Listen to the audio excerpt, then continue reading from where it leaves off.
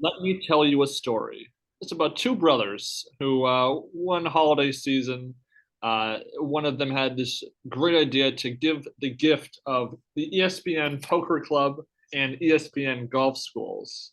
And I really appreciated this gift from my brother. And these, lovely tickets came free or came with a free DVD of this show called Tilt. And so we figured we'd just watch it. Why not? What a journey it has been. Oh my God. I just go. Where to Welcome begin? everybody to the our long prepared installment of the Two Fish at the Table Poker Podcast, where we'll be discussing the amazing, epic, short and sweet madness of television that is ESPN's Tilt, a short-lived one-season scripted drama television program that aired back in 2005, just sort of in the middle of the poker boom, just after '04, Greg Raymer's win, reeling off of the moneymaker effect. We watched it. We have so much to discuss, and I think this might be one of the, I'll just say it now, one of the worst television experiences of my 30 plus year life. I mean, no, we're not trying to exaggerate anything. We're not trying to hurt anybody's feelings or anything. No exaggeration right here. This is the single most dysfunctional television show I've ever seen in my entire life. And I prefer the word dysfunctional over anything else, because I'm not just talking about character arcs not working. I'm not just talking about plot arcs not working. I'm not just talking about the technical aspects of filmmaking not working. I'm talking about things like the order that we get scenes in each episode not making sense, why the sequence of events is presented to us the way it is. I'm talking about things like the internal chronology of events, like when things are supposed to take place, not making sense. I'm talking about why characters are in certain locations, not making sense. And then I'm talking about each and every single character arc and each and every single plot line making no sense, or at best, being extremely cliched and predictable. It is, I have heard people talk about Game of Thrones season 8. I've never seen it. I think the worst season of scripted television I've ever seen beside this one would be House of Cards season 5.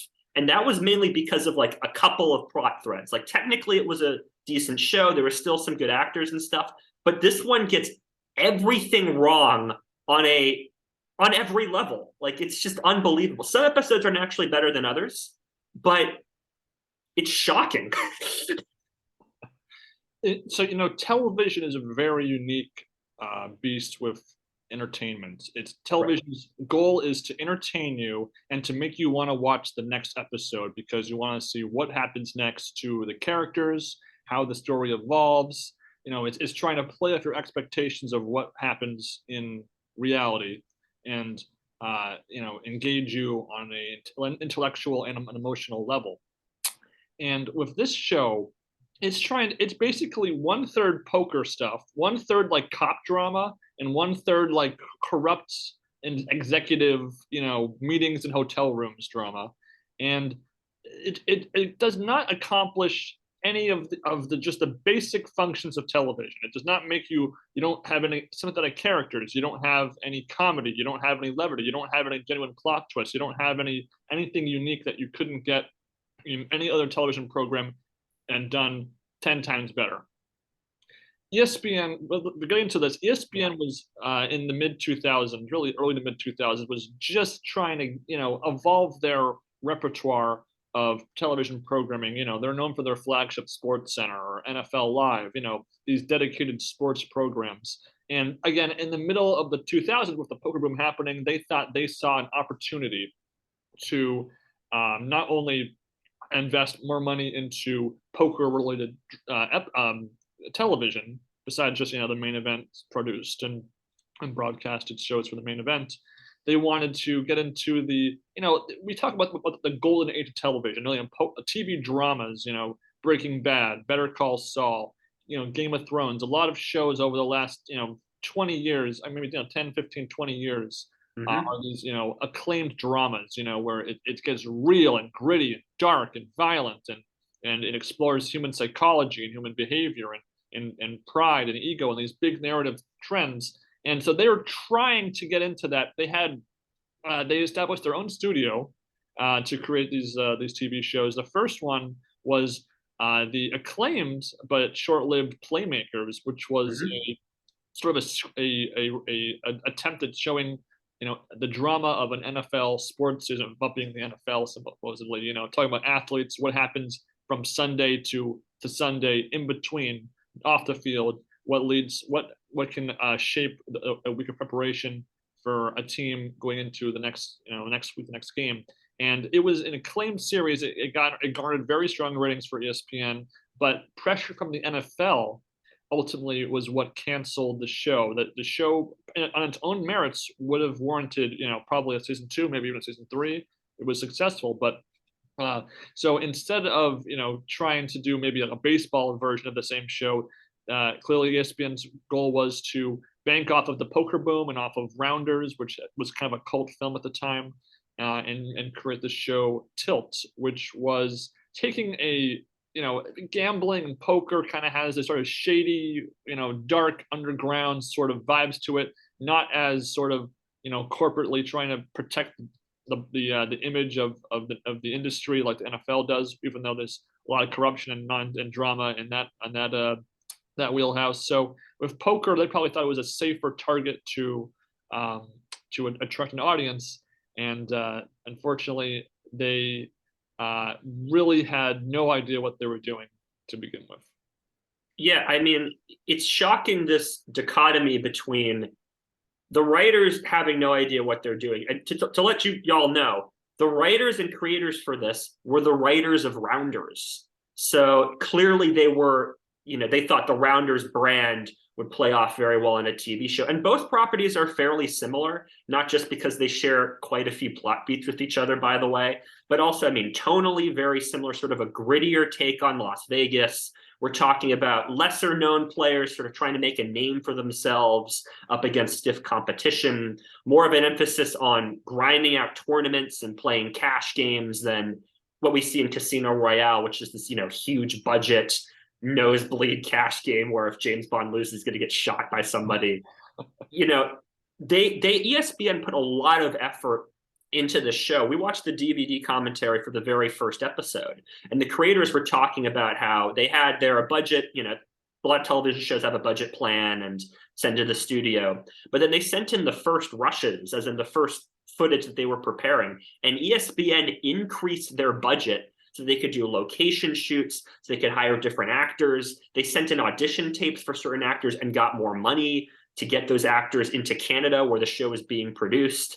They clearly thought that they had something here. Also, the tone in the commentary, they clearly thought that they had the groundwork for a great television show. They don't say things like, we're gonna win Emmys for this. It's not that egotistical, but they clearly thought they were gonna get a second season. They clearly thought they had something going. And I mean, there's reviews for this show in the New York Times, in Slate, a lot of newspapers that didn't normally cover poker, not even on ESPN. Like they just would, unless some big thing like Jamie Gold getting sued happens, they don't cover poker. Like this was a very, very big deal. And it's so interesting to me that here was this big mess, and yet nobody really seems to be aware of this. I mean, this is the first video, at least long form video, discussing Tilt on YouTube. I mean, it is a gold mine here. Yeah, we're making history here. We're the first ones to really review and podcast about this show. And not only that, it's funny how some of the pop culture buzzwords and headlines this last couple of weeks has been Velma being called the worst show ever on like every criteria site, Rotten Tomatoes, IMDb. I think Tilt is far worse. At least Velma, which I haven't seen, but I've watched footage of and also watched reviews. There is at least a attempt to present an idea of these characters, even if no one likes the characters, and to carry out the creator's vision. This show here, it starting from episode 1 all the way until the last shot of the alternate ending of the finale, does not have an idea of what it wants to be, what it's trying to tell the audience, and really even present a sort of any sort of narrative depth. I mean, I can count on one hand how many scenes really mean more than just moving the plot along or showing us, some tangential poker action or some subplot that's never gonna come back later. I mean, I honestly, I think if you watch this show if you can, compare it to any other drama show in the same genre, not poker, just a drama, and, Mhm. and you'll even if you have a very unanalytical mind, you'll just be able to immediately see how much of a mess this entire project was. Yeah, I mean, what I like television as a medium is when it takes its time. I mean, when you have episodic drama, 6 episodes, 8 episodes, however long the season is, that gives you so much time to really let the character arcs be fleshed out, gives you time to have conversations, a lot of opportunities for naturalistic dialogue, as well as great acting. I mean, so many supporting performances in television shows are really great, in addition to lead performances. And the problem with this show is that there's a lot of problems with this show, I should say, but at the crux is its inability to take time and really let scenes play out. There are so many scenes that are less than a minute long. Include like some scenes are 1 or 2 lines long, and then we cut away all of a sudden. It's just absolutely insane. There's too many characters. It's okay to have subplots and stuff. I'm not saying that's a bad thing, but there's just too many random events in those subplots, too many just things competing for your attention at once. And they keep introducing more things as the season goes on. Even in the very last episode, they are introducing new characters to wrap up plot points. And that's essentially what the purpose of a lot of these introduced characters are, is to just wrap up plot points or just like keep the plot going. They're essentially just plot devices. It's baffling. And this is a poker drama series, so we've discussed so far the demerits of the drama side. The poker side, there's really kind of two divisions I would demarcate to the poker action, because there are scenes where players are at a table playing cards at a cash game, at a tournament, at a satellite, whatever. And there's really, in the first half of the series, there are just these rigorous scenes. We might see a player's hold cards, and we just see the most extreme, like Hollywood cliche kind of poker action, like second nut flush against the flush, and there's no build up to these scenes, so it's just kind of random. So we don't get a chance to understand the dynamics of the scene, for the characters, right, for the table dynamics or anything. And then in the last third of the season, which is, we'll agree, is the best part of the whole show, is kind of a fake faux broadcast, like a main event would be, where we see graphics on screen, and that feels a bit more realistic or authentic of poker scenes. And remember, for the most part in Hollywood, whenever there's a sports movie, a poker movie, whatever, there's usually a few consultants that are that they grab to kind of bring in certain details, a level of authenticity to the filming. And supposedly they got a couple of guys, TJ Cloutier, Eric Seidel, Phil Hellmuth. That never really shines through in the majority of the poker side of this coin of this show. Yeah, I mean, as I mentioned, part of what I like about television is that it plays out slowly, episode by episode, scene by scene. And that's kind of how poker works, right? You play hand by hand, bit by bit, slowly trying to build your stacks up. One hand can make you bust. One hand can bring your stack up. There's a lot of opportunity with an episodic television show to really let that side of poker be revealed. And we don't see that in a lot of movies, because a lot of movies are an hour and a half, 2 hours long. You can't really let that stuff play out. But here is this opportunity for them to do so. And they don't do it given how many cash games we see throughout the entire season. And then they don't do it with the tournament part either. And it's a problem with how fast the pacing is. I do agree with you that the tournament aspect toward the back half of the show is a lot better than what we see before. There's even a couple small things that I do like about that. But again, it's so small in comparison to everything else. I think they really just selected poker as a meat. One, because the creators like poker, and two, so that they could have this sort of dark Vegas story in the background. But for a poker television show, it doesn't feel like a poker show at all. There's poker's such a small part of it. You could cut it out of the show, honestly. Nothing of value would be lost. Yeah, I mean, besides arguably the main event XP tournament at the end, you really wouldn't need to have much of the poker. You just have it implied off screen, really, and it wouldn't matter. It's funny when I watch a television show or a movie or something, I usually can pinpoint like one or two elements that really, really sank the whole experience. But I'd be hard pressed to whittle a list down from like 10 or 12 glaring flaws across the entire season, whether it's the acting, the filming, the writing, the pacing, the you know the directorial choices. Just it's a long list of problems, and really the pilot, the first episode, it really encapsulates really all of these problems in one 46-minute block. It really is. If you don't have time to watch the whole season and you want to just see exactly every problem that we're going to be discussing in just one, bite-sized chunk, the pilot will absolutely accomplish that task for you. Yeah, I mean, I guess just getting into the pilot. So I guess to give a sense of the overall arc of the show, just to give a little bit of context, Tilt is about three players who have each been wronged by another poker player called the Matador, also known as Don Everest, who is played by the marquee star of All In, Michael Madsen. They got Michael Madsen to play this. So the first episode is sort of about them going to Vegas. They've been brought together by this older guy named Seymour, who's sort of the wise mentor of the group.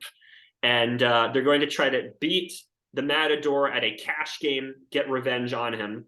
Meanwhile, there's this subplot with this sheriff named Nickel, who arrives in Las Vegas because the Matador killed his brother. The Matador has this whole, I don't even know, this underworld operation where he has like all of these poker players in Vegas, essentially cheating on his behalf, giving him chips, and he pays them and all that. His brother was one of those people. He got killed. So now Sheriff Nickel has arrived in Las Vegas to get revenge. Sounds pretty straightforward, right? Three guys trying to get revenge on one guy and another guy trying to get revenge on that guy, right? Well, so I'll hold you right there, because those are two of the three big plots. And then there's kind of just sort of this, there's a couple executives at the casino, the manager, the owner, the whatever, and they're all trying to keep the ship afloat, avoiding any bumps on the waters of Vegas, keeping people off their back, establishing measuring contests, who's the bigger man in the room, and just keeping their egos filled. And the problem is, with a 9-episode series, I feel like if that was your three main plots, they can all intersect, they can all develop, and you can have a solid grasp of the plot where it's going with each subplot. The problem is each individual player in these three main stories will branch out and do their own thing that oftentimes means nothing in the grand scheme of things, or starts something potentially interesting and then is dropped before it can develop into anything meaningful. And the opening couple of sequences of the pilot do show the casino. We see this guy Lowball, who's kind of the regional manager of sorts of the casino, and he's talking to his minions like, "This is the casino," talking all gruff. This is people will lose money, they'll gain money, but we make money, we'll be happy. And that establishes the layout of, it's called the Colorado Casino. It's a fictional casino. It's meant to be sort of like a Rio in Vegas that hosts the main events, or in this case, the World Poker Championship. I understand you can't have the same branding, whatever. Fine, I can forgive that. But right off the bat, so the first kind of real scene is our heroes in quotations, Miami, bad nickname, we'll get to that later, Eddie and Clark. And is our main trio. Our first scene of them is them playing at a poker table all at the same time, and they're like insulting each other, or like half flirting and half like one-upsmanship at the table. And this ridiculous scene culminates with Clark jumping across the table like a John Woo action film and punching Eddie. Not how you want to introduce the audience to your supposed hero trio right off the bat. Yeah, and then Miami was involved in the pot. So, they tussle on the floor. Obviously, security comes over and pulls them away. And then Miami goes, that's a dead pot. I want my money back. So later on, like the next scene, we see the two of them, Clark and Eddie, in the bathroom, and they talk to each other like, you really had to do that. And obviously that dialogue established that it's fake. So they probably did that to make money somehow, but we don't know how they made money, right? Because Miami just apparently got her money back, but we don't actually see her get her money back. And it's like, and also just geographically too, like this scene I mentioned where they appear in a bathroom, it's at this like convenience store away from the casino, and Miami is just like standing outside by the car, and she gives them a ride and they drive off.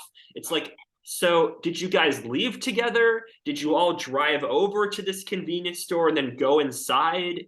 Why didn't you just clean up at someplace closer to the casino? Like there's all, like, this is the first scene, and it's just like all of these logistical problems are already being presented here. You don't know what's going on. You don't know how this sequence of events happened. It's just very strange. Yeah, I mean, you would think if the premise of a show is three players are teaming up to take down one player, you either want to A, start with why they hate why they're teaming up against this person, or B, show us how this group got together to begin with. I mean, they were brought together by this older man Seymour, who has a past connection to the Matador and with Miami when she was 12. But we don't get an idea of what was the origin. Why are these three together? Why? When has this plan? When did this plan begin? Was this the first day of the plan? Was this a gradual plan that this is kind of like the first like major step of that plan? How does they first of all, the Matador has to be walking into the room at the same time for this thing to even matter. So did they know his schedule? Did they have espionage? Were they spying on his schedule? Did they know he'd be there that day? So many questions right off the bat. And with a pilot, you really don't want to leave your audience questioning the logic of the characters or the idea of why are they doing this, because we haven't learned about the characters yet. So you want their motivations and thought processes to be very clear when you're first meeting these characters. Yeah, it's very important that within the first scene of something, you understand who this character is. Like the first scene of Breaking Bad, when you see Walter White, driving with the van and he runs outside with the camera and he's talking to the camera, right? You understand so much about this character and who he is and why he's doing what he's doing, right? If you're going to have this fight scene and then the two of them faked it for some reason, okay, that's fine. But neither of them come off as especially aggressive through the rest of the show. They don't punch each other. Their rapport seems to be fairly friendly sometimes. Like later on in this episode, they're kind of like verbally sparring with each other, but they're also both going to cash games, and they're in this team with Seymour and Miami, and it's like the dynamics are just so confusing. And it's okay to suggest through subtleties where characters are and not exactly indicate through exposition or something, but it's like, how did this team come together? Like, how did they all meet each other? Do they actually like each other? Do they hang out after work? Like, what do they do? It's just, there's no information. Not to mention, they play for a good amount of money, whether they're playing in a cash game, winning a tournament, etc. But we don't get a sense of how much a certain amount of money really means to them. Like with poker, the stakes you play is, based upon your skill level, your bankroll, and what your foothold in the poker world is at that time. Negreanu is playing in the $1 million, one dropper, the $300,000 super high roller bowl, because money means nothing to him. It's just all about he can afford to splash around and bagel the tournaments and be fine. When they win, a few grand here, how does that help them accomplish their goal? Is there a total amount of money they're trying to reach that when they hit that money, that's how much they're going to pony up to win, to play against the Matador, for example? None of these questions are answered, and it's also nullified in a weird way by the fact that Seymour just keeps giving them money from his shelf. Here's some money for you, play it over there. So why are they playing in the first place? Are they trying to get better?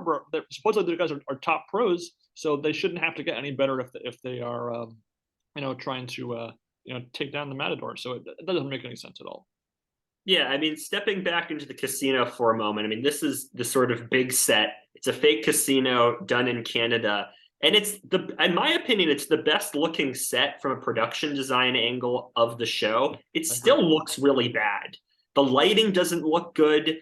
it's actually not really quite clear like how the casino is laid out, like where the poker tables are in relation to the front door. There's like slot machines, there's all sorts of different stuff going on. They have extras walking through and sitting down, but it still has this really weird feel like it's empty. And that's a big problem with a lot of the stages and sets throughout the show, that there's just it has this sense of emptiness and artificiality, and it's the case here. And one reason for that is the color correction and the post-production.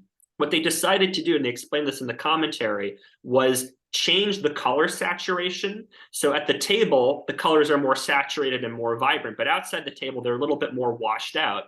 And the creators said that the intent of that was to show that they were in the moment at the casino, that this is where they're most comfortable, this is where they see things better. But it just makes the show look really bad.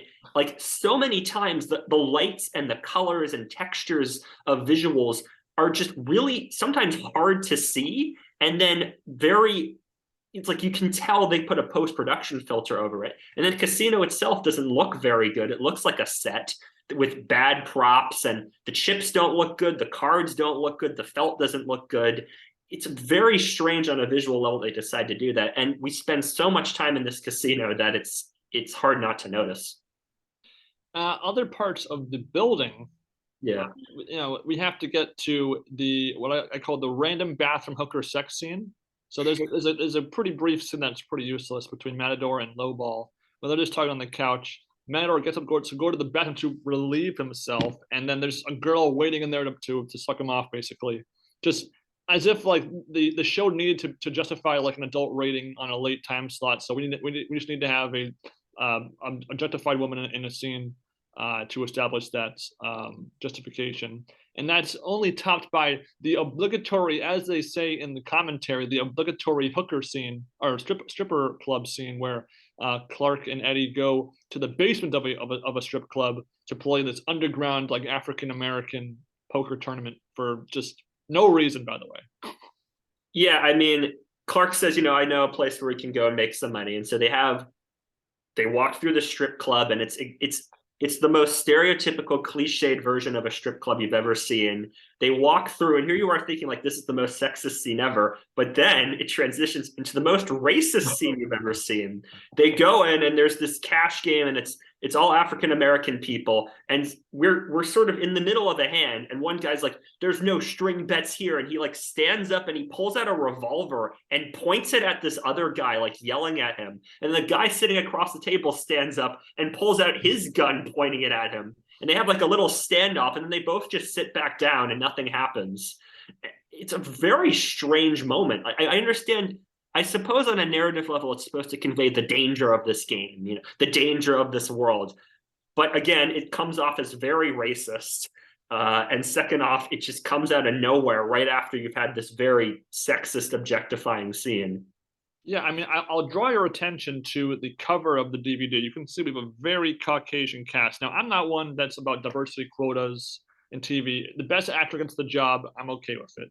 But you're comparing all the corporate heads of this casino are all white males, and all the poker scammers are all white males at the table. And then you of course have to have these underground African American tournaments to contrast. Like, oh, there's a racial class system here where you can only play at a certain level if you're of one color or not. It's absolutely disgusting.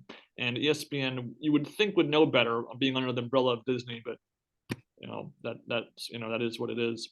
And this scene, this underground tournament, they win some money, which okay, and then they apparently blow it off on some hookers afterwards, whatever. But it doesn't establish anything. They don't grow as characters. They don't form a camaraderie. There's no thematic tie to later in the episode. The money they win doesn't go towards a game later in the episode or later in the season. It just literally means nothing, and it's something I would call a useless scene.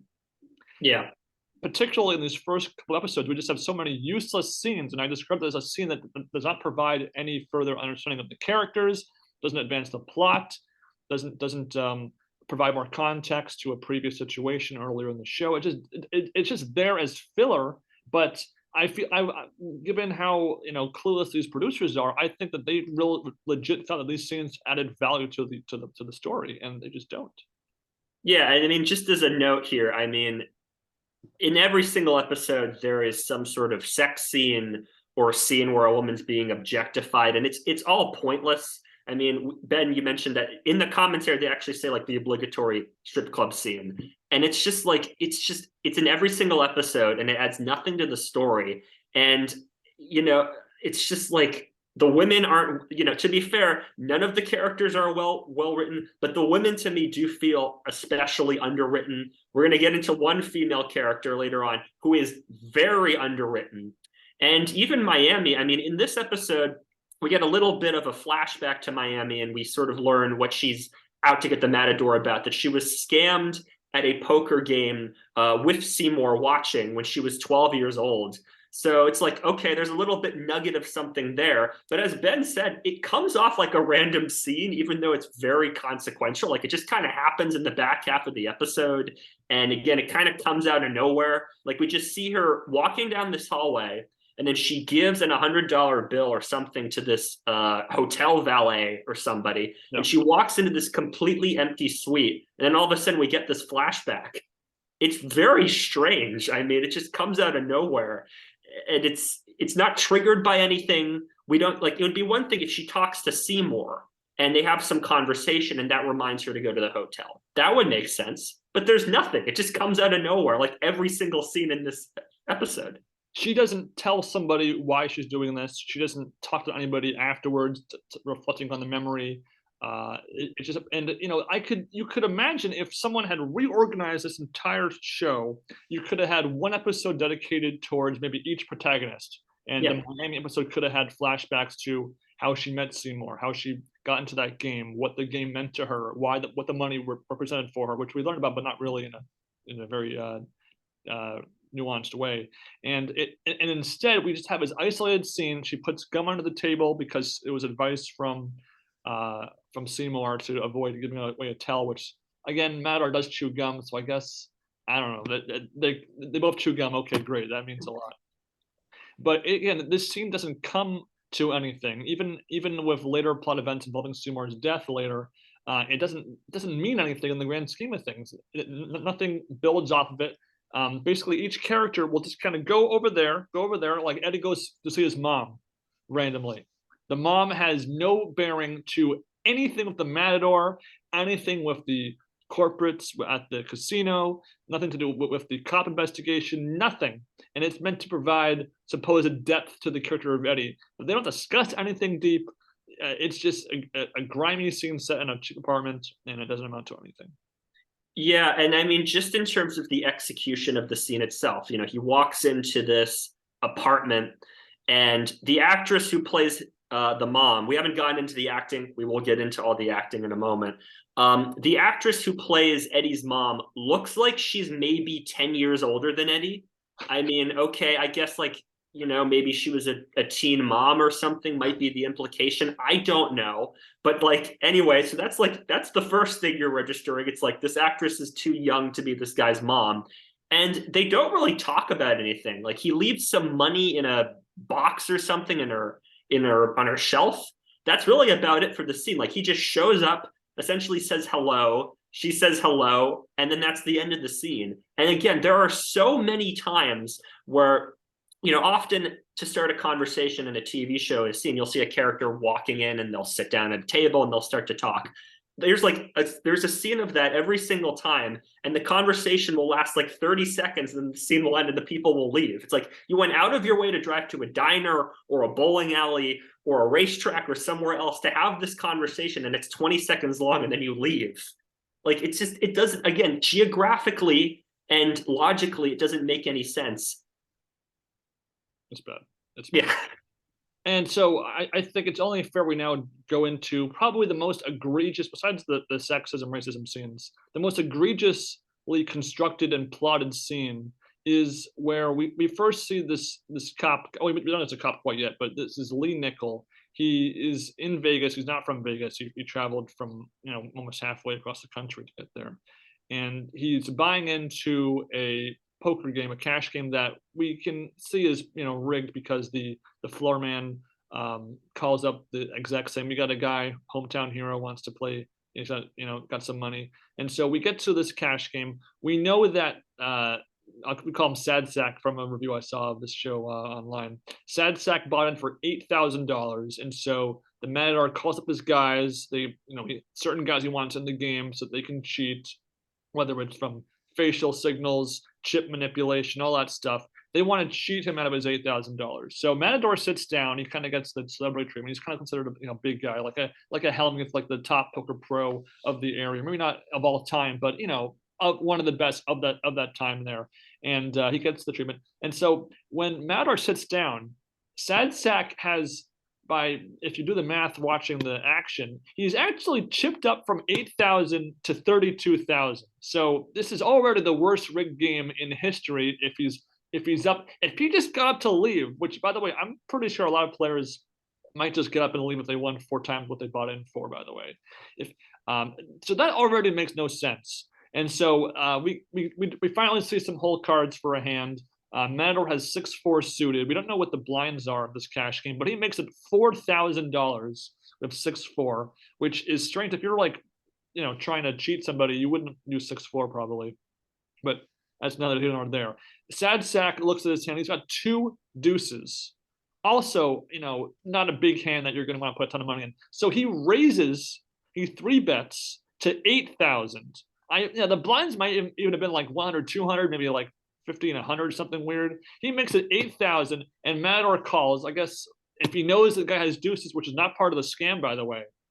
He does not have eyes on what Sad Sack's cards are. He knows what his opponents, his allies' cards are. You'd think that they had something like team play. You'd have like King Jack in there or something.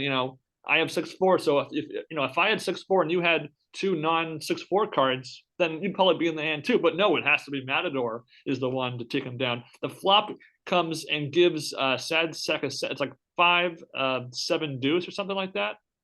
And so Sad Sack has bottom set, and Matador does his whole, you look like you want to bet those cards, so I'm just gonna let you. And of course, Sad Sack, like any sane person would do, with 16,000 in the middle, checks bottom sets, and guess what? Matador turns a straight. And then Matador goes all in for 3 times the pot, or I guess 2.5 times the pot. And of course, Sad Sack calls. And the river, it would have been so epic if the river gives him a full house, but no, he bricks, and Sad Sack loses 32,000 in the one hand. And so that action already is not believable, but it actually gets even more ridiculous in the very next scene. Yeah, I mean, before we move on, I mean, just to give you a sense of the scene, I mean, again, the pacing is just too fast. There's not enough time to let things settle.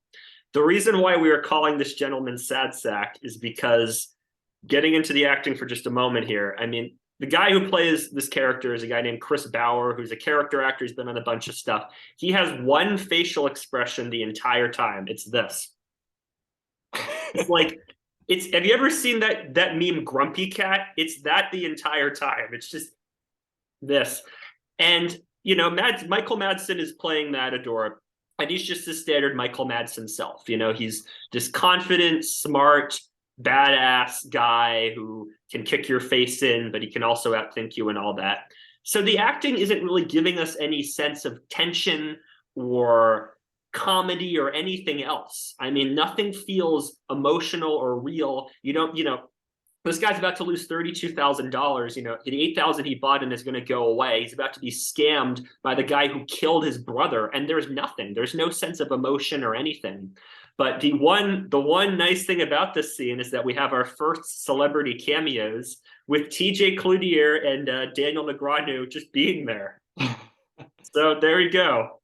Yeah, that was the best. Also, Norman Chad pops in a little bit later too. Yeah. But, so the cop loses his money. He gets up, goes back to his hotel room, opens up his briefcase. We see his sheriff badge, so now we know he's a cop. Okay, that's why he's there. But then he plays a videotape. It's like a police videotape of a confession by his brother before he died, explaining the nature of the poker scam, how it's performed, what his role was, and so on. And as he describes how you can be scammed, it cuts back to the table that Sad Sack lost his money at. And when it's after he watches the tape that he gets angry and throws the remote at the screen. So just think about this, okay? we established that the cop is in Vegas to, atone for his brother, to get revenge. So his plan was to play poker when when supposedly he knew that the cheating exists, and then to watch the information about how he can be cheated after the fact. How does that make any sense? I mean, you could have had if you just flip those two scenes, it works 10 times better. Now it's still 10 times awful in other respects, but at least, why would he watch the tape afterwards? Or if he'd already watched it once, then shouldn't he know better than to play poker to begin with? It doesn't make sense at all. Yeah, I mean, it would be one thing if the cop goes to a cash game and, runs it up to 32K to get the Matador's attention or something, really build up the logic of all this better. But there's no logic. It just doesn't make any sense why this sequence of events is being presented to us the way it is. And yeah, as I mentioned, the guy who plays Sad Sack, Chris Bauer, just here he is looking at his brother, realizing that he's been scammed himself, that the guy who was responsible for killing his brother took all his money. And again, it's just this face the whole time. There's no sense of emotion. There's no sense of catharsis that he realizes what the tells are or anything like that. Nothing. It's very strange. Yeah, I mean, if I was writing this pilot, I would have established a scene of him back home with his family, seeing a nice family man, and then maybe you have a gradual evolution of the morph of this nice family man, an honest cop, degenerating into the level of the Vegas criminals around him, becoming darker, grittier, like a Walter White. He's a family man, and he becomes, more the cancer enters his life, and he becomes a cancer that was in his life. In this case here, he's never established as sympathetic.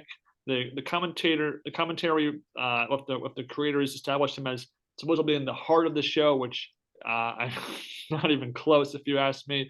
He is supposed to be a cop, but he plays in this weird middle ground where he's trying to act tough at times, but doesn't come across at all with his acting. And other times he's supposed to be like this, about justice and about what's right, but his actions don't follow suit with that line of thinking either. It's a confused character from the beginning, and it only continues on the exact same few beats as the entire season progresses too. Yeah, and another thing, right, as we mentioned, he's a sheriff. In other words, he's a government official who is running a police department, and yet he is out in Las Vegas by himself doing all of this. Go use your resources and your stature as a public official to make a bigger case for yourself, right? It doesn't make any sense why he's out on his own as this lone wolf guy, right? Like in Beverly Hills Cop, right? There's kind of a similar situation. Axel Foley is this detective. He goes to avenge a friend of his who's been murdered, right? It's established that he's a detective. He's not well respected within his police department. He's the only one who thinks that his, friend was murdered by this particular guy. So it makes sense why he's off on his own. But there's no logic here. And we're told he's a sheriff, and we're told he's this great detective and this noble guy, but he does so many immoral things over the course of the show, including within this episode, which we'll get into in a moment, that it makes him so unlikable. And yet he's the heart of the character. And Chris Bauer gets second billing behind Michael Madsen. Like, he was promoted as like, he is the guy. Like, in the commentary, the creators are like, we always wanted to use this guy. Like, we know he would be great for this part. It's such a baffling decision. Absolutely. And another problem with his character is that, I mean, though it's more prevalent, but he's always investigating things that are like one event behind, kind of like the Princess Bride, when Humperdinck's trying to track down Wesley and the princess, like he's covering like one or two action scenes behind where the plot is at. I just don't care. Every scene he's trying to interrogate somebody, go, you tell me what you know now. And it just comes across as incredibly repetitive and also pointless, because he ultimately, nothing he does really amounts to much by the end of the investigation that he conducts of Vegas over the course of for the first 2/3 of the show. So. Yeah, I mean, there's a scene later on where he goes to Lowball, who's the casino executive who's friends with Michael Madsen, and says, I've been scammed in your casino. And Lowball goes, yeah, that's what they all say, go away, Mr. Sheriff. And, Chris Bauer turns around and he's got that frown on his face, like, yeah, we know you're a sheriff. We've got eyes on you, buddy, that sort of type thing. And it's like, okay, things are getting real now. I mean, I mean, and this harkens back to also the nature of this entire scamming, cheating operation. Because casinos, they take a rake off of every pot, so there's always an influx of money. The goal is obviously to keep people playing the higher stakes, so they can take a higher chunk of that money. But so Matador, he has his guys that sort of get book the games, and he takes issue of how 8K is chump change for the master machine. So you have $8,000. You have Matador, the casino, and all the side conspirators at the table all need to get a piece of the action to warrant the operation being financially viable. And so there's a scene where Matador complains to Skip, who was the pit boss that got the game booked for Sad Sack to be a part of it, and they beat him up for $8,000 being an insubstantial money, which is true, but it also speaks to how much money do they really make off of these games? Because a lot of wheels got to be greased. A lot of folks, we learn more and more people are involved in this master scam in this one casino, and we never get an idea of how much like net worth Matador is, how much he's won over his career, how much, and it really bites the plot in the ass when it has to arbitrarily give Matador a reason to have to win a large chunk of money. Yeah, I mean the whole casino executive subplot and milieu, it seems to be these characters are making decisions to cover up problems that the Matador has created, to cover up people he's killed and people he's hurt and all that. And you're wondering, well, what is the Matador doing for them? Like, how much money is he making for them? Mm-hmm. There's lines of dialogue to suggest that they've known each other for years. So, okay, to a certain extent, it's out of friendship, but really, like, would you be covering up for this like serial killer crime boss guy just out of friendship? It doesn't add up. I don't understand where the profit is coming in. Absolutely. And speaking of profit, so we as part of the getting into the good graces of the Matador to kind of get that thing going, Eddie kind of shows off his poker skills at a like a boxing ringside poker game to attract the attention of one of Matador's cronies to begin that transition. And he ends up later on. He sort of gets some props for his skills when he beats this foreigner player, and then he helps with collusion in a satellite tournament, which is not made clear if that's for the WPC or for something else.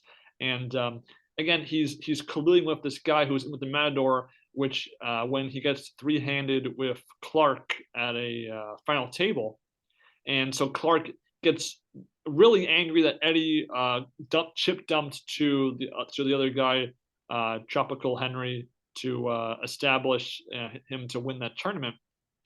But it just speaks to, if these three were brought together by Seymour, why are they not on the same page at all times? I'm going to do this because it's part of the master plan, because otherwise, what's the point of being a team and having this sort of group mentality in Seymour's hotel room if you aren't on the same page at all times? It just makes no sense. First off, it's worth repeating, a cash game in a boxing gym with boxers in the ring. And there's a bunch of people here too. There's like 6 people playing poker. There's the boxers in the ring and all that. I can't think of a worse place to play poker. It's loud. It's not well ventilated. It's like, it doesn't make any sense. Second off, in the scene where, Clark and Eddie are kind of sparring with each other, Clark walks into the room, Eddie walks into the room, they start to fight. Then Miami walks in, and then the camera cuts, and there's Seymour just like sitting there on a chair or something. It's very strange. Like, if I'm Seymour and I see these two guys fighting, I'm going to immediately intervene or something. It was like almost like they forgot that he was in the scene when they were writing and directing it. Like, I mean, I've seen this episode multiple times now. Every time it cuts to Seymour, I laugh because it's just so absurd. It's like something out of a comedy sketch. And then, as Ben mentioned before, like, Seymour just has this like wad of money in a desk or something. He just like pulls it. He's like, "You're gonna give it to him in a public place, and everyone's gonna see it." And then they don't do it. They just like walk out. Like, is Seymour their boss? Like, what is this relationship here? You don't get a clear sense of the team dynamic. Is there like a true plan, A, B, C, D, E plan? Obviously, they talk about trying to get back at the Matador, but we don't know exactly how. Is it a big? Is there a cash game he plays in every month? That's a big deal. Is it a tournament? Is it a they're going to have a private showdown somewhere? We don't get an idea. And when this is a pilot and you're trying to show us this crack team of poker professionals are going to take on this guy, we need to know the framework for how that's going to play out over the course of the season. Otherwise, we're just left guessing in the wrong ways. Yeah, I mean, and then there's a conversation afterward between Seymour and Eddie, in which, Seymour's like, you got to be more patient, Eddie. You are the best natural card player since the kid Stu Unger. You're the best. And it's like, okay, we're being told we haven't, he's made a couple of okay moves, I guess, at the poker table. We haven't been shown any of this. And like, how do you know that he's a great card player? Have you seen him? Like, what is this? What is this relationship? What is this rapport supposed to be? And just doesn't make any sense. Yeah, I kind of refer to it as more implied poker skills than actually shown poker skills, because for the most part, most of these hands, the dynamics of a hand typically is main character A has the nuts or close to it, and the other person has the second nuts, or like a very a straight versus a flush, a set versus a straight. So these cooler situations where really anybody would make money in those spots anyway. And on top of that, the amateur or the non-main character typically thinks, oh, well, you're bluffing. I'm going to raise you all in. If you think someone's bluffing, then you're not going to raise them most of the time. I mean, you might sometimes think they're going to re-raise you, but on the river, they're probably you want to call, you want to bluff catch. And the writers clearly never heard of bluff catching, because every single time the hand pulls up the exact same way, a little bit of snarky table talk. You don't have anything. So all in, call, slow roll, I win. And again, even the worst poker player in the world can play the nuts. They just bet, and then that's it. That doesn't show us anything. There was no establishing of any of their track records of I won this small tournament in Jersey. I won this big no momentous tournament over there. No, it's just three players are implied to be really good, even though they have no accolades or any money to their names, and it's very empty. Yeah, and it's especially a problem with the Matador as well, right? Because it's implied through a bunch of lines of dialogue that he used to play straight, but now he cheats. But also, we see him just making a bunch of sick reads, making great calls and raises all the time. So it's like, why are you cheating? Like, you seem to be a phenomenal poker player in your own right. You're a former world champion. You've made the final table a bunch of times. Why are you doing this? It doesn't make any sense. Absolutely. Yeah. And so the episode kind of each episode begins and ends with an Eddie narration, speaking in cliches. You're not playing the cards. You're playing your opponent. The money in your stack is like ammo. You want to have a big gun, so you have a lot of ammo. Like, there's nothing that ties in thematically to the episode or to anything important. And it just comes across as they really thought they had something on their hands, and they just had no idea what made good television in the slightest. Yeah, I mean, narration is effective when it gives you information that you cannot present through conversations. Maybe a character wants to keep something internally, and we as an audience get to hear about that through their narration. But this narration here doesn't do anything. It really is, as Ben said, very cliched. It's at the beginning of each episode for some reason. I think it's supposed to be reminiscent of Goodfellas. I get the sense that Goodfellas was a big inspiration for this. Also, a lot of Quentin Tarantino movies make sense with Michael Madsen. And these writers don't understand what makes Scorsese and Tarantino work. And that really comes through in the dialogue. It's not just this narration. All of this dialogue is really terrible. The table talk is terrible. I mean, Michael Madsen says things like, that's one free lesson. The next one's going to cost you.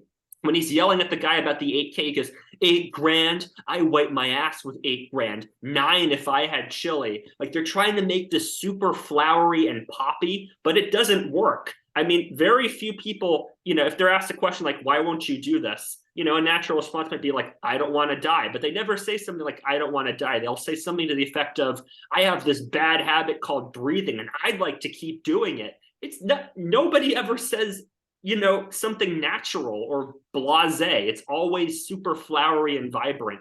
And it ruins every scene. It's terrible. Not to mention, so many scenes end with this whoosh transition scene where it's like a bunch of flashing lights. Often, and it often felt like that they used that transition for the scenes that were especially short and useless. Like, Yeah. I mean, it was almost like a good placeholder for like, oh, this scene sucks, so we'll just, and maybe they'll forget about it, like a hypnotic, like FBI light to forget on Men in Black or something. Yeah. But before we get to because before the narration, there's a very important scene with the cop. So he's in this garage. He's found out that the tapes of his cash game had been erased by Lowball or somebody else. And so he goes to this guy who's running the tapes and he beats him up a bunch. And he pulls out his gun and points it at him. He's like, who got you to delete the tapes? Who got you to delete the tapes? And, goes, says the Matador. And then there's this other character who's been like palling around with Seymour the whole time. And he's like, all of a sudden, he just gets thrown down a flight of stairs. And there's the Matador right there. And he's like, who's having you track me? You've been following me around all time. And Matador's buddies like extend his arm out like this. And the Matador like jumps on it and like with both feet, like boing, jumps on it and breaks his arm. And then the guy goes, oh, it was Seymour. Seymour, told me to follow you around. And like, that's how the episode ends. It's like, what the heck? These characters are so unlikable. And it leads in, it's kind of the big dramatic ending of the pilot. That's supposed to hook you into seeing the next episode. I think not. And speaking of next episode, this show is guilty of the crime of having a far too long next time on Tilt and a far too long previously on Tilt sequence. Like literally maybe a minute and a half, both at the start and the end of each episode, just shows the great highlights of what's to come or what has come, and it just takes way too long. I mean, some shows I feel like Doctor Who, for example, will often have like a 30 to 45-second next time trailer, but it misleads you. It doesn't show you what happens next. It gives you an idea of what could happen, but it hides certain details or context to make it seem one way when it really plays a different way. Literally, it's just like they take 5 seconds from like the next episode scene, each scene, and just like show it. Boom, boom, boom, boom, boom. It's just terrible.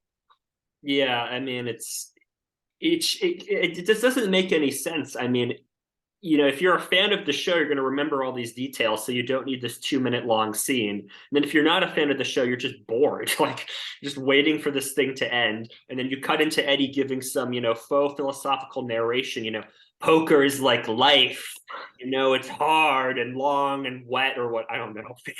Just terrible.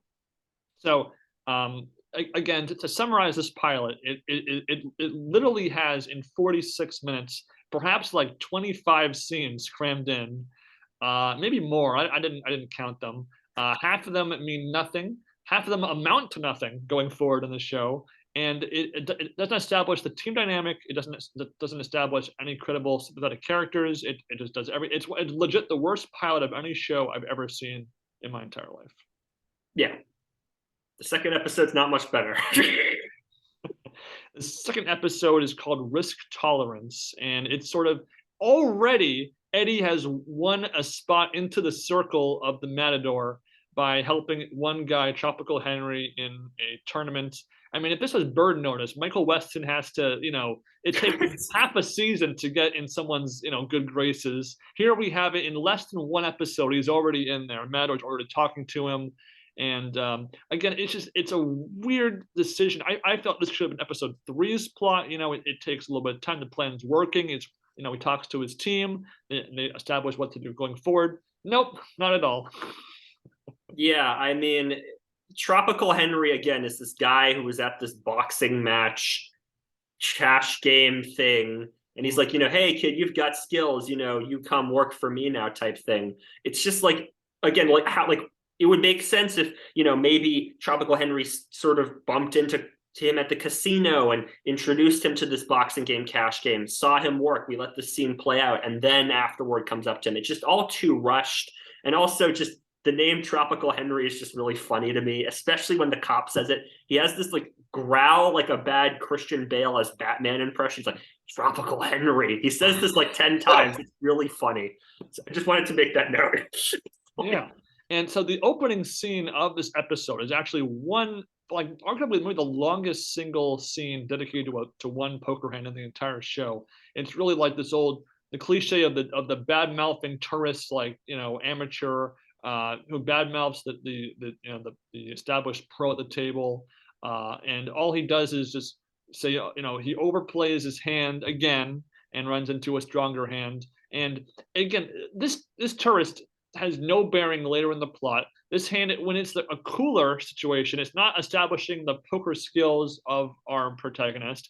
It just accomplishes nothing, and I actually would have been okay with throwing this hand if you had built up why they're at that game, how that guy had been playing up until that point, and then so this hand kind of be the climax of that mini sort of bit. Nothing like that at all. We have just one scene to cover everything, and again, it amounts to nothing. It means nothing in the grand scheme of the plot. Yeah, I mean, it's the dialogue again is just so bad. I mean, people don't talk like that at the table. I mean, you can go back to 2005 main event. You can hear how people actually spoke to each other at the table. They wouldn't be saying things like, "This is how you should handle a bowl when you're pushing your chips in." It's again trying to seem super vibrant and flowery, and it doesn't work. Mm-hmm. And so episode 2, it really tries to establish three things that could have been important in the grand scheme of things, but really aren't. One is Clark's backstory. 2 is more of Miami's backstory, and 3 is Matador's daughter. Now, the backstory for your protagonist is a very important thing. Lost was a TV show that pioneered how to detail the backgrounds of a character. You have dedicated singular stories that have the present, and they tie into how it ties into the events of the past. He's afraid of bears on the island. He runs into a bear in his past. That's why he's scared of it. It's a bare bones simplistic idea of how that can tie into each other. Here we get a very confusing backstory for Clark. It doesn't tell us how he got into poker, how he met Seymour, how he ran into Matador. It just shows him as being like a bad college student in the eyes of his sort of professional cop dad. It just very strange. Yeah, I mean, there's this scene where it looks like he's running like a gambling ring or something, and it's not really clear. It looks like they're betting on sports, like football games or something. And then there's another scene where like the cops come in, and like Clark's dad walks over, is like, "Son, how could you? You've ruined my good name. I'm the president of this college. How could you do this to me?" type thing. So I guess Clark gets kicked out of school, I guess. And then it's like, it just doesn't, again, it comes out of nowhere. Again, if you have a scene with him and his dad, like at a restaurant sometime, and like maybe his dad's trying to spark a relationship with him or something. And maybe you convey it as like, "I'm not angry at you. I'm just disappointed that you did this." Or maybe Clark like needed the money for something. Like that would make a lot of sense, right? Still a little cliche, but it would still kind of work. It just comes out of nowhere again in the back half of the episode after we've already had these other flashbacks with these other characters. It's just odd. And it doesn't even tie into the background subplot of Clark with his friends from college and investments and salesmen. This has nothing. It has no overlap in the slightest, and that doesn't even tie into how he met Matador, how he lost to Matador. It has nothing to do with anything at all. It's just absolutely terrible. With Miami, we see how she first met Matador. Him and his, honestly, one of the worst mustaches in television history. I mean, mustache equals like what, 20 years ago? Like, come on. She supposedly lost her father's bail money to Matador, and because she didn't have that money, her dad died in jail. So Seymour kind of took her in as a replacement father figure, and that Seymour even tried to divert some money from the illegal gambling operations that he was a part of with Matador and other people to help the father out, and he got caught and exiled from that operation. So again, that could mean something. Give us some more substance in the present that ties into how those actions or those events shaped her in the way she is now. And I'm still caught up at the point of how is a 12-year-old girl invited to a rich white businessman's poker game? I don't understand that at all. Yeah, and all of this information is, we had the flashback earlier with her at the table and Seymour being there, but all the information that Ben just related to you was presented to us in a conversation between Miami and Clark. Like they're just like sitting in this apartment or hotel or something. It's not quite clear. Like they go downstairs. I guess it's an apartment. I don't know. And she just like tells all of this to Clark, like pretty much unsolicited. They just like get up from the table and go play poker, and it's like I understand, again, sometimes you just have to give us information as audience members, but you already had this flashback earlier. You're already using flashbacks for Clark and Eddie. Why can't you give us another flashback to let us flesh this out? Really, again, let this scene just play out naturally instead of her just giving this soliloquy out of nowhere. Or even more importantly, given the content of episode 3, you could have taken the gum flashback in episode 1, the Bale story episode 2, and Seymour's death episode 3, and really kind of had a dedicated sort of ABC of the father-daughter nature of Miami and Seymour, and really made his death mean something.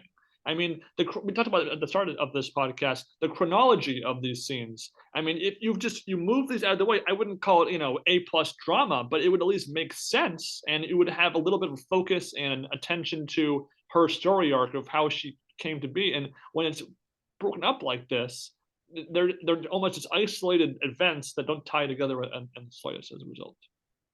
Yeah, and then I mean, how we're told about Eddie is that like Eddie lost a hand against the Matador, and then Seymour told him that he got cheated, and that's like what I just conveyed to you. Those two sentences. That's essentially all you get. Like we get Eddie losing the hand, and then there's this like quick flashback, like Eddie's just sitting down somewhere, and then Seymour loses and goes, "Eddie, you got cheated," and that was the whole flashback. I'm not even kidding. That's the whole flashback.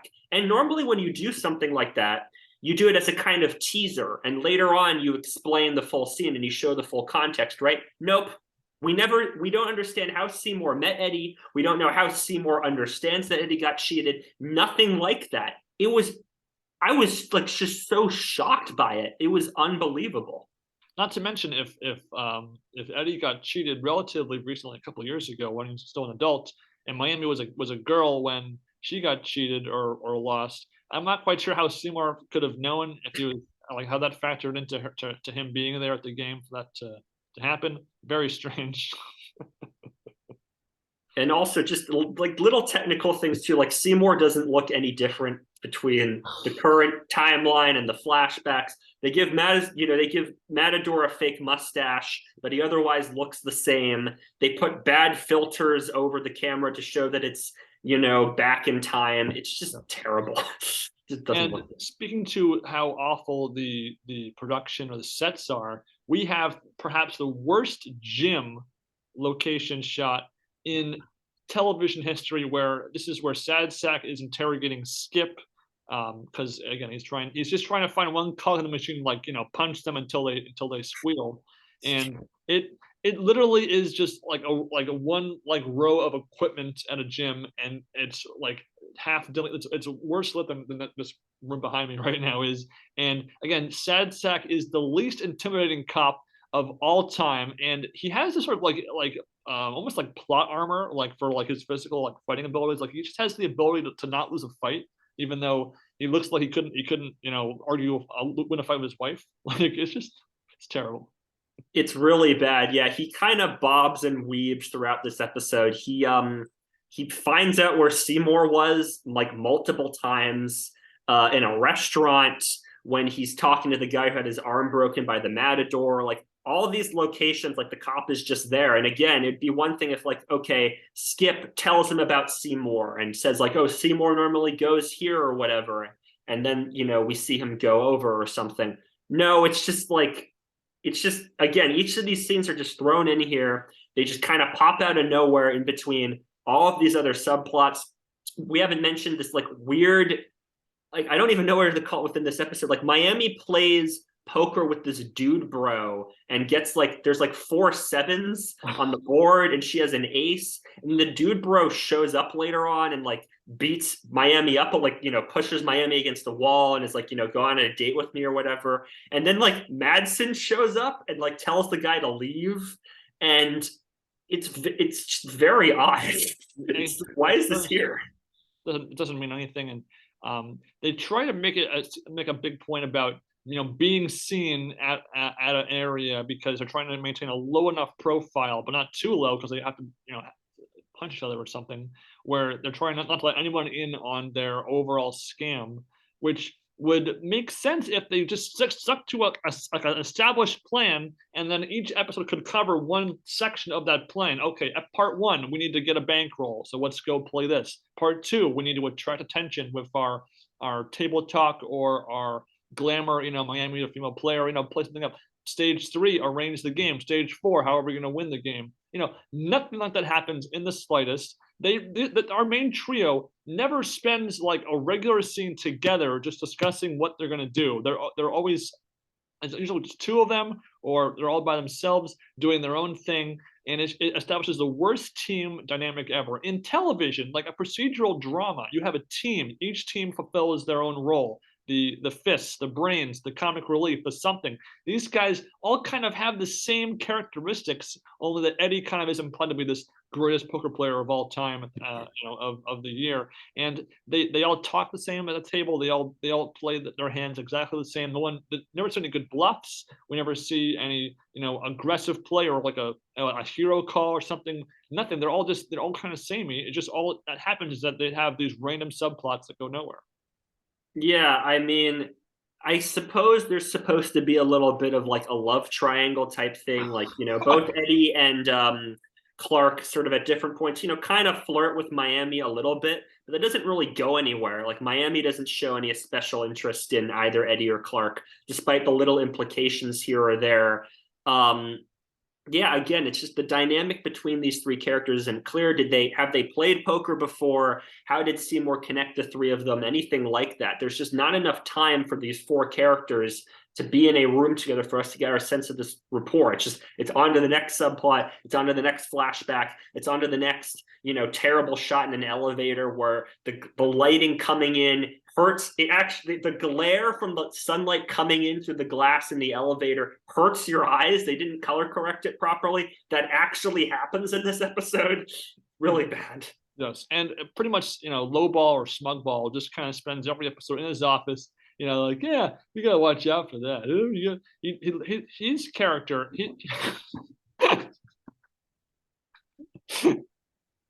don't die any please. That'd be pretty tragic.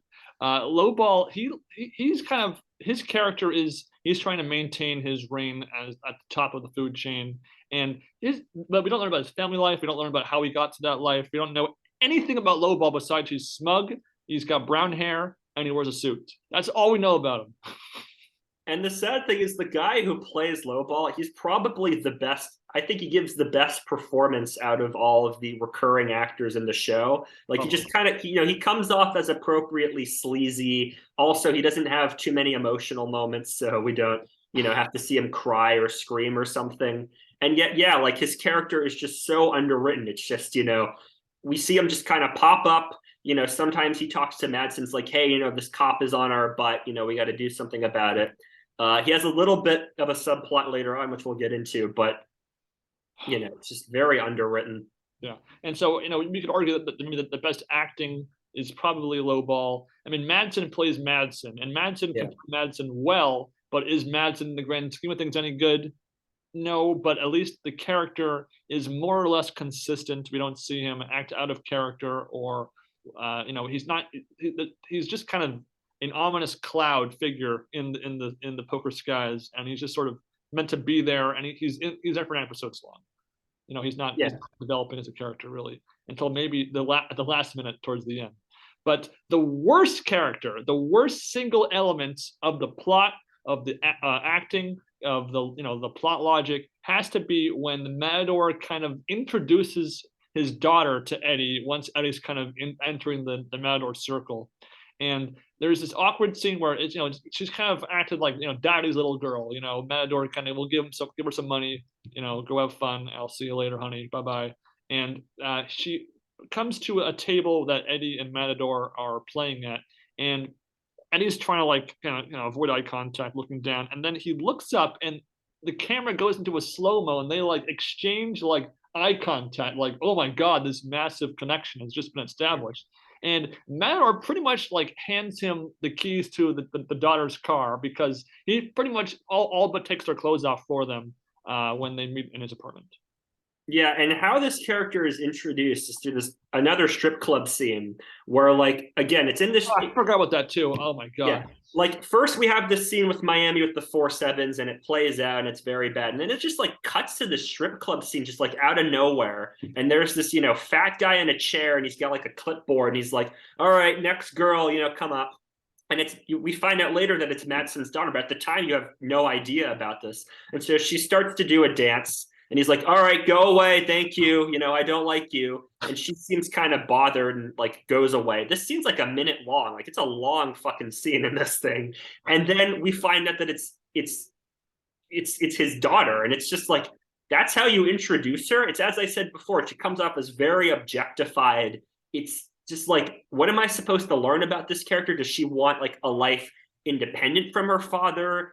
But like, why would you go to a strip club to do that? Just so much. There's so many professions you can pick from, or just leave Vegas. I don't know. Yeah. The mom figure is not in the picture, and so Matador, introduces her to him, and basically once Matador leaves the room, they're already like making out and like making, going for it, and the episode ends with them just kind of going at it. She takes off her dress, and it just fades to credits. And it is legit, like it just comes out of nowhere. And we don't have any understanding that Eddie is lonely or is like, he's being distracted from the Matador target for this, this woman. It really doesn't add anything to his character. It doesn't tie into anything with his mom, like having, his parents. Like what? It's just not how you establish a healthy relationship. Why would you want to sleep with the enemy's daughter? Why? Yeah, and they again spend very little time with each other outside of these sex scenes. So there's no sense of romantic chemistry. The acting, neither actor is very good, so there's no sense of charisma between the two or a sense of humor. It doesn't work. Just doesn't work at all. Yeah, I guess the idea is, oh, they're both considered the one attractive, so okay, we must make a baby. Like, no. And it only gets worse because then they try to do the whole like cliche, let's establish boundaries, we'll sleep together, but we won't be a couple. And then it gets worse going forward. But that's like the first thing the morning after, they're like, okay, we'll have the talk. Rules, you can't do this, I'll do this, you do that, and I'll do that, and we'll be happy. I was like, okay, like, no, romance should not be on the agenda for a poker drama show. And if it is going to be on the agenda, at least have it be with our main cast and have some sort of consistent idea of where they're going with these characters when they get to that down that path of that journey. The Office, Jim and Pam, such are my favorite teen romance of all time. It worked off great. The actors and the characters had great chemistry together, and the story went through the idea of the social dynamics of being in proximity to each other and how that affects your actions and your feelings. Here, it's just we need to have a quota of skinship on screen, and she's going to be our target for that. No, does not work. Yeah, I mean, yeah, all this information that Ben just went over is presented in episode 3, which is called The Whale, which Ben and I saw on the same day that we saw the Brendan Fraser movie, The Whale. Exactly. And the eponymous whale in episode 3 is this guy who is played by Angus McFadden, who some of you may know as Jeff from Saw 3. Pretty decent character actor. I think he's done he was in Chuck. He's done a bunch of other TV shows and stuff. So he is this sort of millionaire Australian businessman. Millionaire, whatever, yeah. Yeah, he flies to Las Vegas to play poker, but he will not play at the Colorado because he's been scammed by the Matador. And so they have to get him to play in the casino, and that's the drama of the episode, I suppose. Kind of, not really. Well, it's funny because I actually thought that episode 3 was the best of the first 3, and the whale subplot was a major component of that because it kind of got you that problem of the casino of the week. Right. Not quite a procedural, not quite a sitcom of the week thing, but just a problem that could affect the operation of this master corporation, and maybe how they respond to this problem tells us more about the characters, or establishes a problem or a weakness in the chain of command that our heroes might pounce on for part 4. but and the actual plotting of the whale subplot, Jeff, will call him the whale. He kind of like is biding his time. He kind of trolls the casino a little bit because he's not quite gambling yet, and they need that influx of cash for the operation. They have to pay everyone's bills here. And so the idea is kind of like waiting them out, and they rolling into play. The psychology of that is kind of intriguing, but Mhm. unfortunately, it doesn't really go anywhere because it ties into obviously the big poker game that Matador buys Eddie into to scam the guy. And then we don't even get an idea of how much the whale lost by the end. Yeah, I mean, I was expecting, so going into this and hearing this premise of, okay, here's this guy that knows the Matador from the past. Eddie's in the Matador circle now. Like, I'm thinking, okay, like Eddie's gonna do something to get the whale to play at Matador's game, and that's what seals the deal between him and Matador. Like, that's what forges their tie. But no, like it just comes off very anticlimactically. Like he won't play at the casino, and then all of a sudden he does. And when the cash game occurs with the whale, like he walks in and he's like, all right, I don't want any of you guys playing. And then Eddie's just standing there and he's like, who are you? And I'm like, I'm Eddie. I'm going to play this game. And the whale goes, okay. And so they play the game and we only really see one hand. And it's typical for all the other hands here. I mean, Jeff has a flush and, Matador has a boat. And so Matador wins and Jeff goes bust. And within the hand, Eddie plays, but he folds on the flop. So nothing really happens there. So it's not like he, helped Matador beat the guy or anything. It comes out of nowhere. It doesn't work. Yeah, as part of the sort of trolling by the whale, he's kind of like trying to jury rig this game to be as fair as possible. He doesn't want it to be the usuals. He wants to, so they kind of have to hide Eddie as like a just a random Joe that wanted to play poker, so that he's not tipped off by the breakdown of the table who is there. And so again, that kind of makes sense. The whale kind of having some intelligence in how he wants to gamble. At least there's something to that. And unfortunately, completely is gone from the plot for the rest of the next episode. We don't get an idea of he then left, how much money he lost, and then there's no consequence to that. But there was that hint of promise.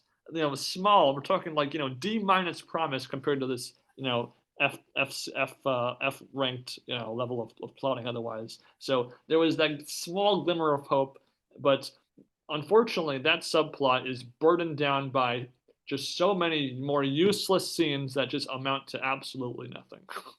Yeah, and I mean the execution of this also doesn't make sense at all. I mean, it's just like so there's this shot of Eddie and the Matador. They're like in the Matador's like office, hotel, apartment building, whatever, right?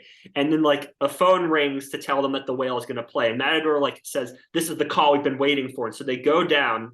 And you are thinking like, all right, this is going to happen. And then like the Matador teaches Eddie the hand signals and everything for the game right there in the middle of the casino. Extras are walking by. The cop oversees it, right? A line like, this is the call we've been waiting for, right? And the establishing shot of the two of them sitting there. That implies that they've been there for a long period of time, right? So there's ample opportunity for Matador to go, okay, Eddie, here's what the hand signals are, right? And you can also really let that scene play out and it's more tense. Like Eddie's being taught the hand signals, then you get the phone call. It's like, all right, you ready, kid? Like that would be more interesting to see than what we're presented with on screen. It's like, why are you teaching this guy the hand signals 5 minutes before the cash game starts in front of everybody? And then the cop goes and confronts Eddie in the bathroom. And it's just terrible dialogue because this guy can't act. He's like, you saw me in the mirrors. Well, next time there's not going to be mirrors. So you're not going to see me coming. It's so bad. And there's even this like little speech where like Eddie's talking to, I think, Miami or somebody. He's like, maybe, the Matador hasn't taught me any hand signals. Maybe this cheating thing isn't real. And then he's immediately taught the hand signals like 5 seconds later. It's so badly thought out and executed. I mean, you could have had this entire episode be about Eddie getting into the Matador's good graces. So many plots have the person and goes undercover and becomes too deep into that operation, and maybe it wavers in his loyalty in the operation. And in this case, you could have had him like starting to think, he haven't had me cheat yet. Maybe I was wrong. And then you could have had a real sort of emotional crushing when that image of Matador is destroyed by the cheat codes being unveiled. That's not given any attention whatsoever. And also, Matador has to hand Eddie $300,000 in chips. There was absolutely zero tension on the idea of maybe him just taking that money and saying, guys, I got this money, let's just run. Like, yeah, Right. that's a good chunk of money, and that's, you could argue that was, a plan. The plan worked. They won a bunch of money. It's not millions, but Right. you could have lingered on, maybe his mom could be able to use that money. Maybe, he could run away with the daughter or something. Like, you could have built upon that idea that maybe he might not even play in the game in the first place, and they squandered that chance as well.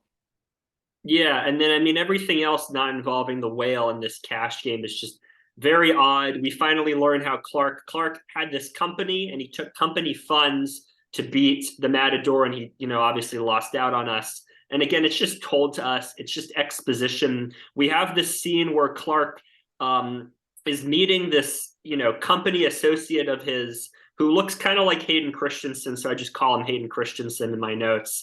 And he gets money from Hayden Christensen. Hayden Christensen's like, you know what, Clark, you helped us out with this algorithm to help with the company, so I'll give you 10K.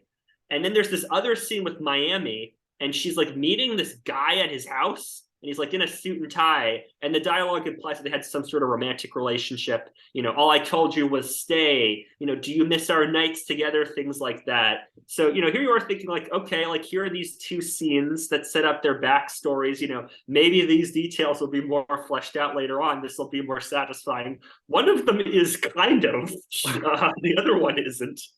And then more cop investigation stuff. I mean, the cop, again, he sees conveniently Eddie being given the hand signals. He's just kind of running around Las Vegas, not really doing anything. Seymour gets him to go to this, I can't remember, like Montana or something, some random location in the snow, to his grade school gym teacher to kind of like throw him off the scent or get him out of the way or whatever. It's very strange. And yeah.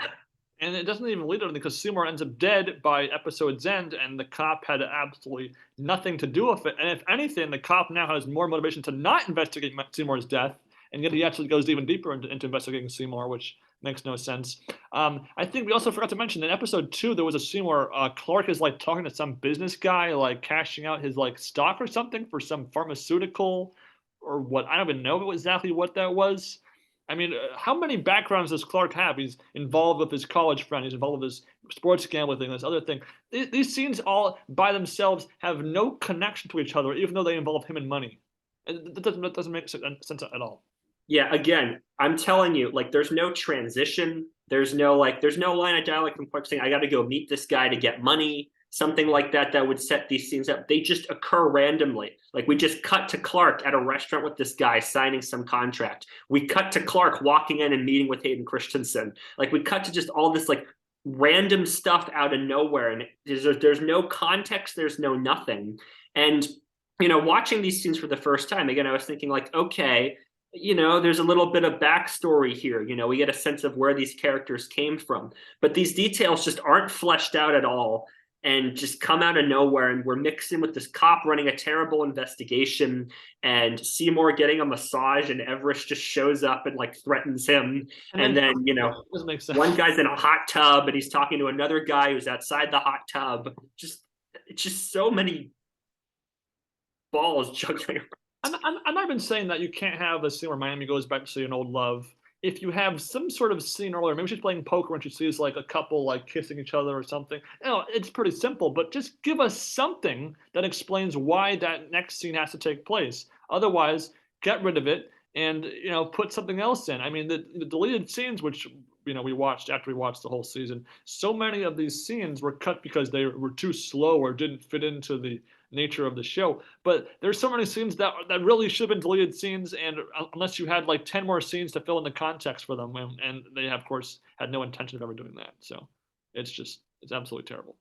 Yeah, and then we end with Seymour's death. So we get the scene between Jeff and the Matador and Eddie, in which Jeff loses all his money. And then, we get the Eddie narration of, poker is like going fishing and, you have to wait a while to catch a fish and whatever. Then I don't remember what the narration was, something like that. No. And then, we get this sort of like weirdly cut shot sequence where it's like we hear like a ringing machine or whatever, and people are murmuring, and there's all these like dark, low cuts. And then finally, we see Seymour dead on top of, I think it was a slot machine. Yeah.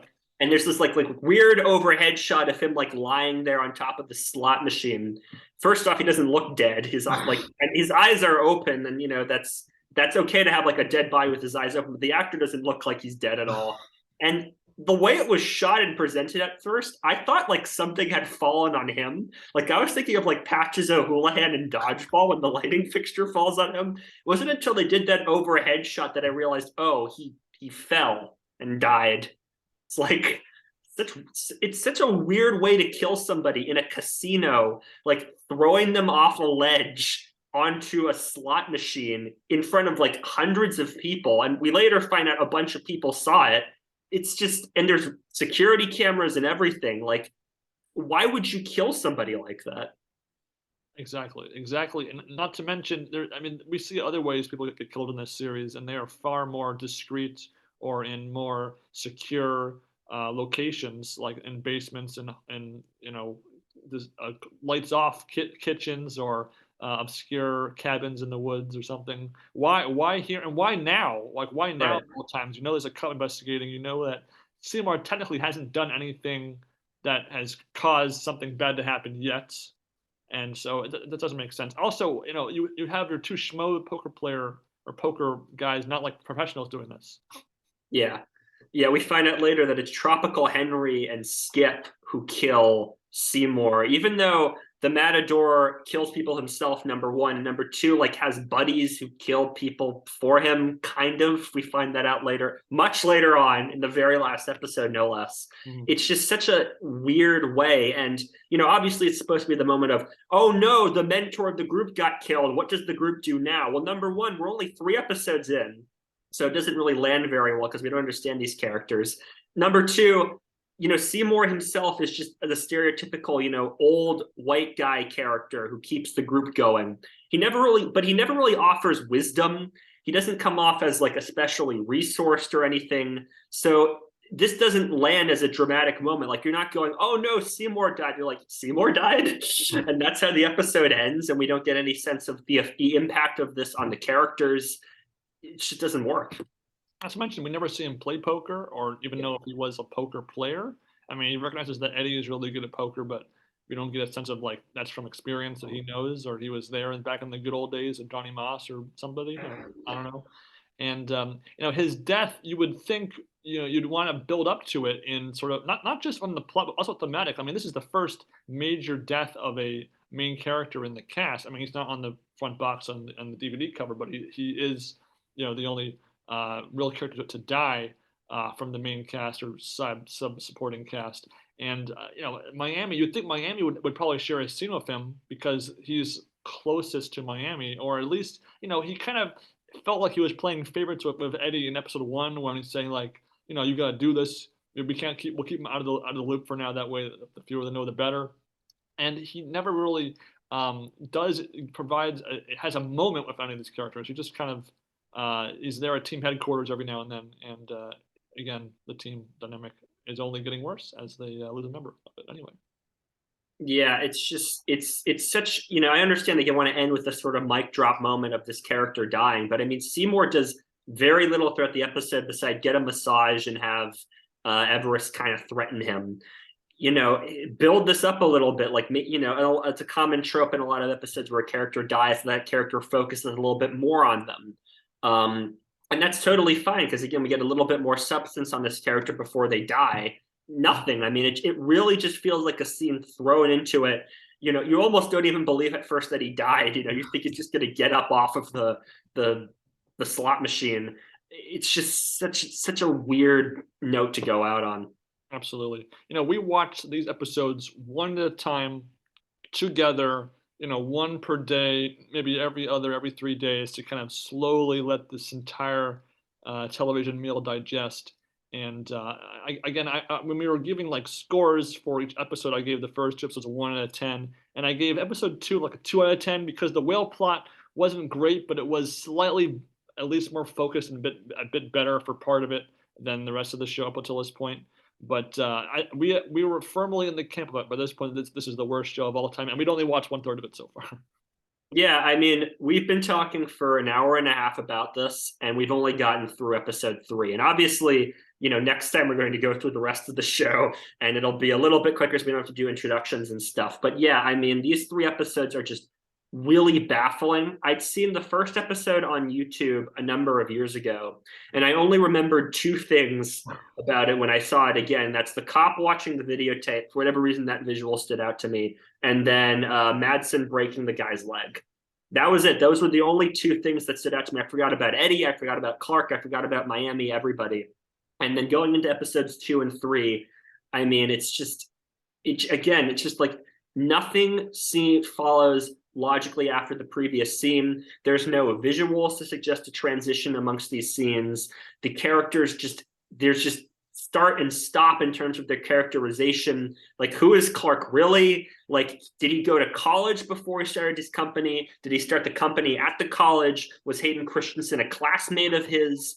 Something like that. What happened after Miami was 12 years old and played poker? Did she keep playing poker? Did she go to school? Did Seymour, was like Seymour her surrogate father or something? Eddie's mom, why is she here? Just so baffling, and spoiler alert, nothing really gets explained. I can't stress just how confused I was watching the pilot. Like, just literally, I knew the bare bones premise of the show, and I just was so confused to why scenes existed, what scenes are meant to represent, why is like the underground black poker club. Again, why were they there? What did it accomplish? It accomplished nothing. And again, so many scenes pop in. I on my notes, I don't always write every useless scene, but there are probably another 3 or 4 scenes each episode we didn't even discuss that could have been expunged from the show, and the show would have been no worse off. It'd been better off without the scenes on every. Yeah. I mean, in episode 1, you have Madsen going to meet Lowball in a kitchen for some reason. I mean, you have just all sorts of just random stuff that just happens. You have the cop going to a bus station to track down the guy who had his arm that got broken. You've got all just, ostensibly to keep the plot going. But it's like, why are they in this location? Why is this being presented to us at this moment? Why is a casino executive going down to the kitchen to talk to employees about food or something? I don't know. And then, as I mentioned, so much bad dialogue. I mean, I have 13 pages of notes. I have 5,700 words of notes for this, and a lot of them are just how many bad lines there are. I mean, so many terrible lines. I mean, he is straight up as a stalk of corn in reference to the cop. 2 dams, first for what you're wearing and second for a cash game. Just all these really terrible lines. There's just no escape. There's no reprieve. Nothing's good about this. Like, nothing. I mean, they couldn't even give us like one token poker pro cameo per episode. They only had to do the pilot, and then once the main event stuff kicks around, they throw in a couple here and there. That could have been fun too. And again, it speaks to who exactly is this show meant for? Is it meant for poker players? There's not very much poker action, and the poker action that's there is very minimal. Is it meant for people maybe to get into poker? Well, all you're seeing is poker being presented as a bunch of cheaters, scammers, and criminals. Is it meant for people who like dramas? Well, guess what? This drama is one of the worstly written, worst scripted, and plotted dramas of all time. Not a single laugh present. Every drama has a few moments of dark humor, a few witty one-liners. Absolutely zero of that here, and it's also just an unambitious show. It doesn't really take us on a journey you couldn't see in any other just generic organization is corrupt type atmosphere. Yeah, and then I mean, just the idea of stakes here. I mean, we have 3 guys that are going to get revenge on this other guy by getting money from him in a cash game. Like, nobody dies. Madsen's going to have a lot of money left. It's like the stakes aren't very good. Like, what's the cop going to do? Kill Madsen? Well, You could probably do it without investigating anyway. I mean, yeah, what's going to happen to casino executives? They're all wealthy. Like we keep cutting to this casino executive, not lowball somebody else who's like got this like pool and hot tub and he's like lounging in it all the time. Like he seems fine. Lowball's dressed in these very nice suits and has a really nice office. He seems fine. Like what are the stakes here? You know, nothing. There's no sense of drama. Like we're gonna get Madsen on charge, you know, murder charges or whatever. There's none of that. There's no emotion or tension or anything. As I mentioned, when Seymour dies, nothing. You don't feel anything as an audience member. Just like, all right, this guy's dead.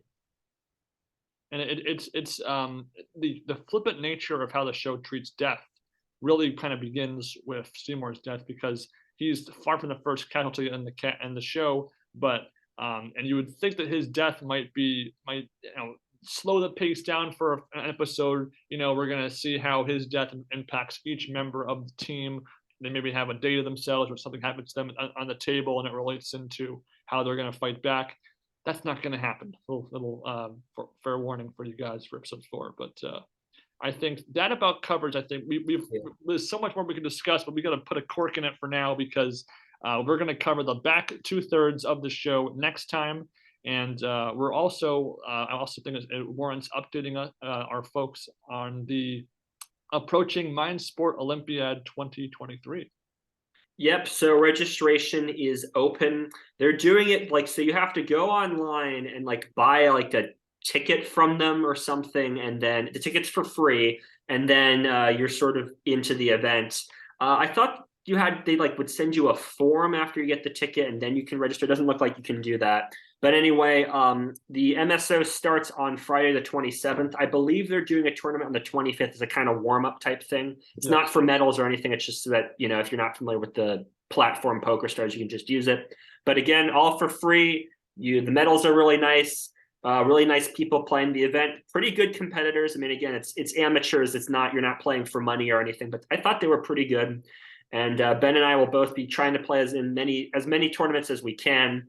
Each of us are going to play a lot of the weekend stuff, and I'll try to see if I can do the week.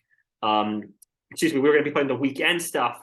Try to play as much of the weekday stuff as possible. See if I can do that. And feel free to say hello and ask me what your thoughts are on Tilt and how good you thought Michael Madsen's dyed hair was, because hey, one thing to give it credit, the dyed hair that Michael Madsen has, which is this like almost like printer ink, it's this like black ink, it is better than the dyed hair he has in All In. So there we go. The mustache though does balance it out. That's very true. And don't forget, guys, on Poker Stars, I'm Legend of Ben 1. Yep, I'm East Coast Sam. And if you knock us out in a tournament, then we'll give you a shout out if you acknowledge the podcast or in the chat at the table on Poker Stars. And if you want a guest star and be a post mortem for one of us in a tournament, that's pretty cool too. But that'd be funny. Yeah, we'll push our luck there. But Sam aiming for a silver medal at the very minimum. I want to get that first medal. I don't care if it's bronze, silver, or gold, but I think I'm ready. I'm up for the challenge.